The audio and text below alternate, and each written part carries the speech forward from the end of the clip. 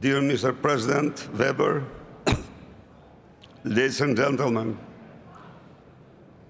first I would like to thank you, Mr. President, and the presidency of EPP for the support that provided to Democratic Party of Albania with very helpful resolution in supporting his just causes. But I take the opportunity to thank also the President of IDU, Stephen Harper, and the President of CDI, Andres Postranas, for the same support that showed to Democratic Party and its causes. To thank also friends from CDU, Elmar Brok, Peter Bayer, Doris Pack, friends from Italian Forza Italia, Batilocchio, Erika Mazzetti, etc., which were close to us in some difficult days. Ladies and gentlemen, Albania today is the first and the only narco-state in Europe where all powers is in the hand of one man, as international observers have noted. Through a mafia-like vote-buying industry and a massive machine of intimidation, he has put under full control the will of citizens and turned election into a facade. The Prime Minister who appears in international summit in white sneakers and do the plunger behave in the country in a true dictator. He controls the entire economy. He controls the full media. At the end, he blocked the TikTok in order to align the country with Kabul and Tehran. Like Zayed of Tunisia, in the election year, he opted to arrest 3 leaders of main opposition parties for the sole reasons that they were political adversary and with no any criminal evidences.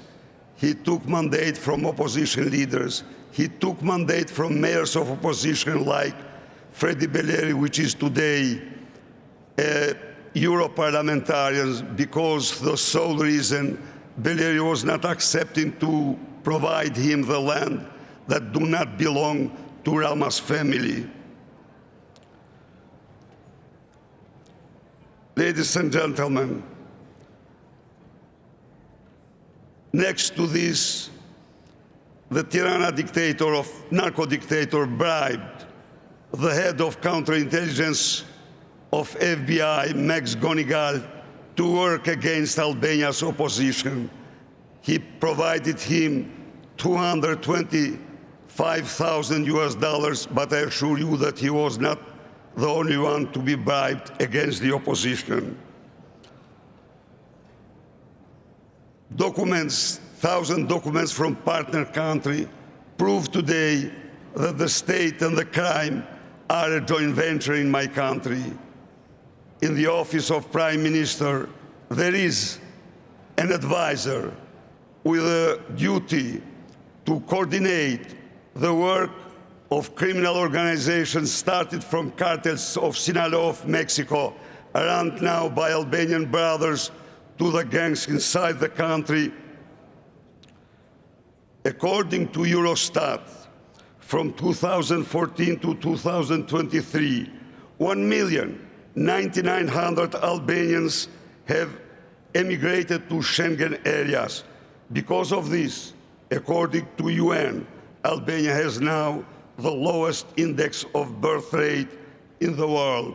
Besides this, the country is one of the main exporters of crime in Europe. On May 11, general parliamentary elections will take place. In this election, beside what has been mentioned above, he has blocked the television debate, distributed €100 as a gift for votes to 800,000 pensionaries, and granted 100 licenses for cannabis plantation with the motto "Cannabis for Votes." He has turned his narco state into an election machinery. But in a dictatorship, the only option is not to give up, to fight for its overthrow. With your help, dear friends, I assure you, the Democratic Party of Albania, which overthrew 32 years ago the most Stalinist dictatorship in Europe, will overthrow also the first and only narco-dictatorship in Europe, this of Edi Rama. Thank you very much.